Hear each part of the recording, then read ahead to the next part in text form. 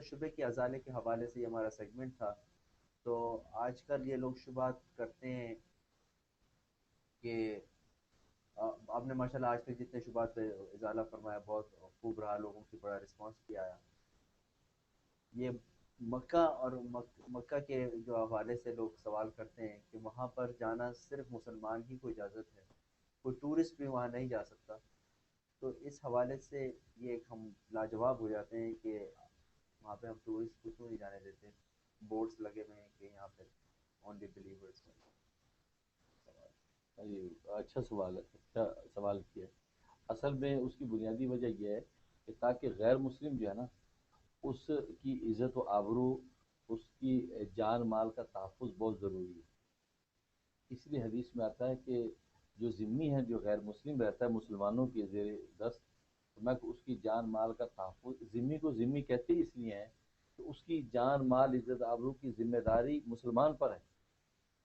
اگر اس کے اندر کسی قسم کی کوتاہی ہو گئی، کوئی بھی اس کو تکلیف پہنچی، تو حدیث میں رسول اللہ صلی اللہ علیہ وسلم نے فرمایا کہ اس کی طرف سے میں کل روز قیامت میں دعوے دار بن کے آؤں. ہاں، اگر کسی ذمہ کے ساتھ کوئی زیادتی ہو تو وہاں یہ ڈفرینشیٹ اس لیے کیا گیا ہے تاکہ کسی ذمہ کے ساتھ لا علمی میں مسلمانوں سے کوئی زیادتی نہ ہو جائے. سب الگ الگ راستے ہوں دونوں کے، یہ مسلمانوں کا راستہ، یہ غیر مسلموں کا، تو تاکہ غیر مسلم جب وہاں چلیں گے تو مسلمانوں کو پتہ ہوگا بھئی یہ ذمہ ہے، یار یہ غیر مسلم ہے، اس کی عزت آبرو جان مال کے تحفظ کے ہم ذمہ دار ہیں، کوئی کوتاہی نہ ہو جائے. کیونکہ آپ کو پتہ ہے کہ یہ ایک انسان کی فطرت ہے، اور قانون، دنیا کا قانون ہے، سوسائٹیوں کا ایک تصور ہے کہ جب کسی کی ذمہ داری آپ پہ لگا دی جاتی ہے تو پھر آپ اپنی بھی بھول جاتے ہیں، اسی کی فکر میں رہتے ہیں. کہتے یار یہ بچہ، یار آپ ذرا ذمہ داری سے ایسی نگاہی کرنا، اور آپ اپنی کھانا پینا بھول جاتے، یار بچے کو دیکھتے، یار کی ذمہ داری دے گیا پہ امانت.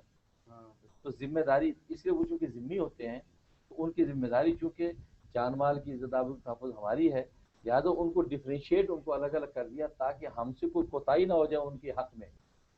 اگر کوئی کوتاہی ہو گئی تو نتیجہ کیا ہے؟ کل رسول اللہ روز قیامت میں ان کی طرف سے گواہ بن کے ہمارے خلاف کھڑے ہو جائیں.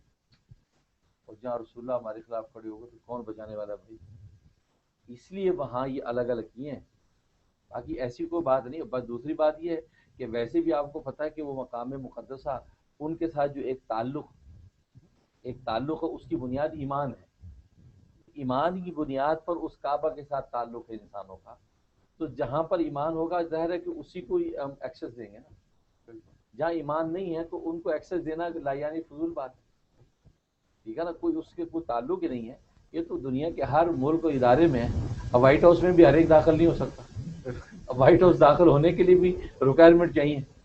کبھی وائٹ ہاؤس میں فلاں بندہ جا سکتا ہے. اب اٹلی کا جو روم کا جو ہے کیتھولک کا جو بڑا چرچ ہے جہاں پوپ بیٹھا ہے، تو پوپ کی انوائرمنٹ جو ہے اس کے اندر بھی ہر ایک نہیں داخل ہو سکتا کہ فلاں شرائط کے تحت بندہ وہاں داخل ہوگا بھائی، اس سے آگے نہیں جا سکتا. یہ اتنا احاطہ پوپ کا ہے.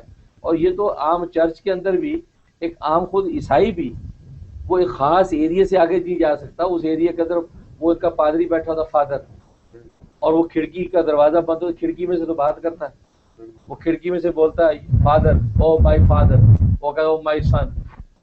تو اس سے آگے نہیں جا سکتا، جا کے دکھائے نو اسٹاپ. بلکہ وہ تو وہاں پر یہاں تو یہ تک ہے نو کوشچن. تو دنیا کی معمولی جگہ کی ریکوائرمنٹس ہیں کہ آپ اتنا آگے آ سکتے ہیں، اتنا پیچھے جا سکتے ہیں. تو وہ تو اللہ کا گھر ہے بھائی. دنیا کے معمولی بادشاہوں کے جو درباروں کے اندر آپ کو داخل ہونے کی اجازتیں نہیں ہیں، اور اس کے لیے آپ کے لیے فاصلے ہیں. تو وہ تو اللہ کا گھر ہے.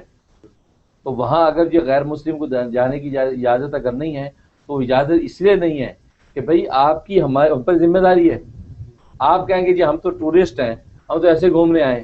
کسی حاجی نمازی سے آپ کے حق میں کوتاہی ہو گئی، دیکھو مسلمان تو جو طواف کر رہے ہیں آپس میں کونی بھی لگ رہی ہے، دھکا بھی پڑ رہا ہے، وہ گر بھی رہا ہے، کوئی اٹھ بھی رہا ہے، ہر طرح کی ہے. وہاں جو شرطے پھر رہے ہیں وہ بے نمازی کو جو ہے درے بھی مارتے پھر رہے ہیں. اب آپ کی بھی اگر مار دیا، کوئی ایسی حرکت ہو گئی تو کل تو آپ کی تو ذمہ داری ہم پر ہے. کل اللہ کے ہاں کون جواب دے گا؟ اس لیے اس کی حدود رکھ دی کہ آپ کو میں جانا آپس کو وجہ نہیں جانے کی. اس کے لیے ایمان کا نور چاہیے، اور اسی کے لیے آپ کو نافع ہوگا وہ جانا. اور باقی یہ بات کہ وہاں ہوتا کیا ہے، تو آج کے زمانے میں تو یہ سوال رہا ہی نہیں. یہ پہلے زمانے میں بات ہوتی تو تو وہ تو آپ آج تو یہ انٹرنیٹ کا دور ہے بھائی، آپ گھر بیٹھے جتنا اچھا دیکھ سکتے ہیں کہ یہ خانہ کعبہ میں ہو کیا رہا ہے، وہاں جا کر اتنی اچھا نہیں دیکھ سکتے. وہاں جاتے ہو تو آپ خود جو کہتے ہیں نا، وہ کہتے ہیں آپ خود ٹیم کا حصہ ہوں گے. یہاں تو آپ تماشائی ہیں، اور تماشائی جو ہے وہ میدان کو جتنا اچھا دیکھتا ہے وہ کھلاڑی نہیں دیکھتا اتنا اچھا. صحیح بات. تو لہٰذا آپ ٹی وی پہ بیٹھا حج کو دیکھ رہے ہیں، آپ انٹرنیٹ پہ دیکھیں حج کو دیکھیں، یوٹیوب پہ دیکھیں، تو آپ کو پتا حرم کے اندر اچھا یوں طواف ہوتا ہے.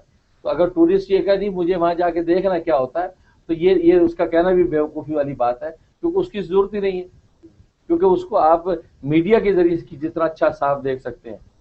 ہاں آپ اس وجہ سے پھر ایمان کے نور سے منور ہو جائیں تو آپ کے لیے دروازے تو کیا اہل ایمان کے سینے کھولے ہوئے، دل کے دریچے کھولے ہوئے آئے تو صحیح. تو اس لیے وہ جو الگ راستے بنائے وہ ان کی جان مال عزت آبرو کے تحفظ کی وجہ سے بنائے ہیں، کہ خدا نہ خاص ان کو یہ ان نفرت اور تنفر کی وجہ سے نہیں بنائے. اگر کسی نفرت اور گھٹیا پن کی وجہ سے بنائے جاتے تو ان کو اتنا خرچہ کرنے کی ضرورت نہیں تھی. کیونکہ وہ جو غیر مسلموں کے راستے بھی آپ دیکھیں اس پہ بھی جو ہے وہ اربوں اور خربوں ڈالر لگے ہوئے ہیں، اربوں خربوں ڈالر لگے ہوئے، لائٹنگ ہوئی ہوئی ہے اور خوبصورت سائن بورڈ بنے ہوئے. بھائی اگر ہم سے نفرت کر رہے ہیں تو ان کے لیے اتنا پیسہ کیوں لگا رہے ہیں بھائی؟ ان کے راستے بند کریں بھی ہاں آپ کے لیے ایکسیس ہی نہیں بھائی، آپ جائیے کہیں اور، ہم کیوں آپ کے لیے پیسہ لگائیں؟ بلکہ آپ وہاں جا کے دیکھیں تو ہو سکتا ہے ان کے راستے اور زیادہ مغربی دنیا کی نظر میں اور زیادہ موڈیفائڈ ہوں. ہم نے دیکھے ہیں ان کے راستے بھی اسی طرح وہی سائن بورڈ ہے، وہی لائٹنگ ہے، وہ چوڑی سڑکیں ہیں اور فراٹے بھرتی کاریں دوڑ رہی ہیں. تو بھائی اگر نفرت کی وجہ سے ہوتا کہ جو پروپیگنڈا آج یہ غیر مسلم کرنا چاہتا ہے تو ہمیں اتنا پیسہ لگانے کی ضرورت کیا تھی؟ ہم ویسے کچا راستہ دے دیتے، کچھ بھی نہ دیتے، کہ ہم تو خرچ کریں دشمنوں کے لیے. تو معلوم ہے کہ اس وجہ سے نہیں ہے، یہ صرف ان کی جان مال، کیونکہ ذمہ ہے اور ذمہ ذمہ داری سی ہے. اور جناب اس لیے حدیث میں یہاں تک فرمایا کہ اگر تم میں سے مسلمانوں میں سے کوئی ادنا ترین مسلمان بھی اگر کسی غیر مسلم کی ذمہ داری لے لے تو فرمایا اس کی ذمہ داری پوری دنیا کے مسلمانوں پہ آ جائے. اگر کسی نے اس کے حق میں کوتاہی کی تو فرمایا کل روز قیامت میں اس کے حق میں جو ہے مدعی بن کے آؤں.